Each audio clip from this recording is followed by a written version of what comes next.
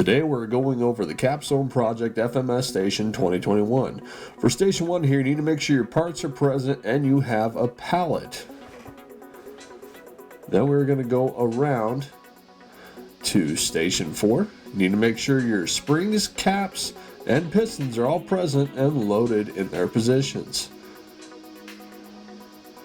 You need to make sure the racks are completely clear on Station 5 and make sure that your sorting trays are empty on Station 6. Now we're going to go around, turn on the controller, and go up to your panel view. At the panel view, you will need to go to the navigation screen from the main screen. Proceed through the stations and reset/start them. Also reset any counts before first start. Then start the conveyor from the main screen.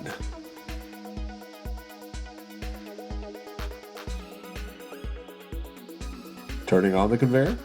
Boop. Now it is on.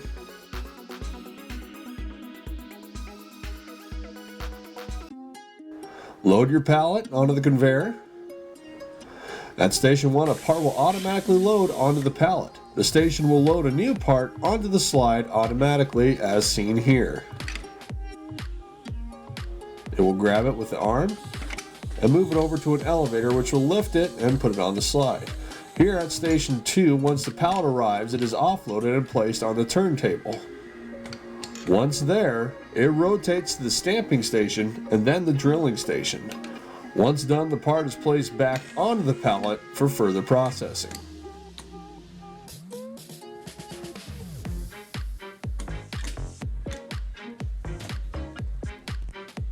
Now we move on to Station 3.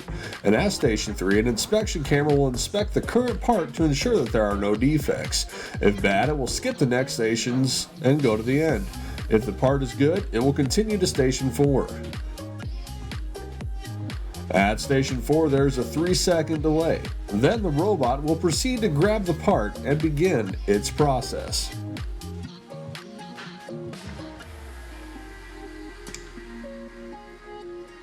The part first must be inspected for its color. Then it will be determined where the alignment hole is. After that, it will be placed into the holding tray. This is done via a sensor on the head and in the tray.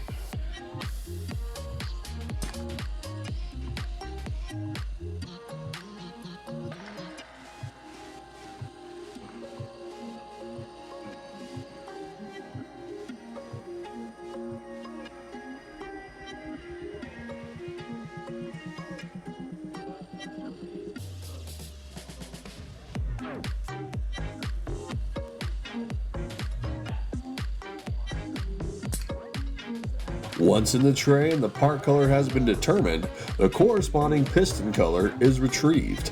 The pistons are of different sizes, therefore knowing the part color is quite important to the process.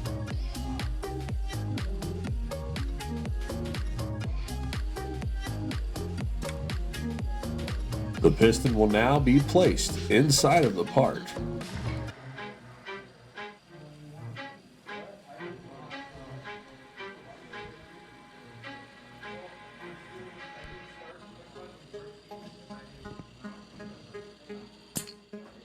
The next step will be to retrieve a spring from its holder and place it in the part. The mechanism the spring is in will automatically load another spring in anticipation for the next cycle.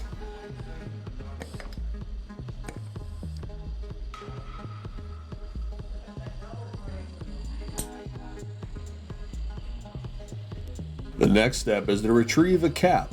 A new cap is automatically loaded like with the spring mechanism. The cap is then placed onto the post. This ensures there is a hole in the cap, otherwise the robot will fault out due to limits exceeded. The cap is then rotated for the correct position to be placed onto the part and is screwed in by the robot. Finally, the robot will slowly raise the part, ensuring no damage from lifting off the positioning post. Once that is complete, the part is placed back onto the pallet and sent on its way.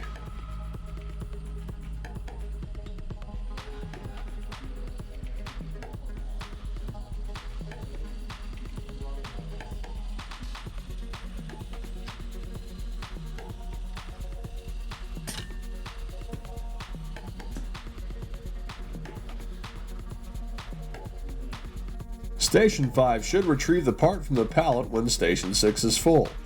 It will then store the part until Station 6 is empty. The oldest part will then be retrieved and put on the pallet and proceed down to Station 6. Currently, there is a rear position sensor that is bad on the retrieval arm. Also, the program does not want to home correctly. At Station 6, the part is retrieved by the arm and placed onto a conveyor. Then, via sensors, the color and part structure is determined. Depending on what part is present, will determine what sorting tray receives the part. And we begin again.